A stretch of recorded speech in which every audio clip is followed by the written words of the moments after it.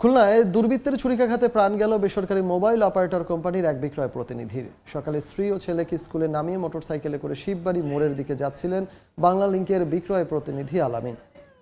বাড়ি সড়কের 22 তলা ভবনের সামনে পৌঁছলে দুটি মোটরসাইকেলে তার গতিরোধ করে দুর্বৃত্তরা। পরে আলামিনের পেটে ছুরিকাঘাত করে পালিয়ে যায় তারা। গুরুতর অবস্থায় স্থানীয়রা উদ্ধার করে খুলনা মেডিকেল কলেজ হাসপাতালে নিলে চিকিৎসক তাকে মৃত ঘোষণা করেন। পুলিশ জানায় আশেপাশের এলাকার সিসিটিভি ফুটেজ সংগ্রহ করে অপরাধীদের গ্রেফতারে অভিযান চলছে।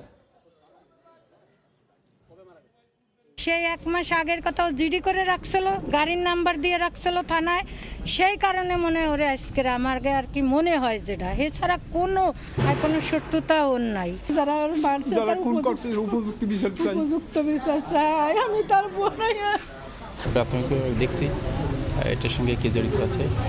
আশা করি আমরা তদন্তের সাথে তো এখনো কিছু বলবো না। তো দেখি আমাদের কার্যক্রম আমরা চালাই যাচ্ছি, আপনারা জানতে পারবেন।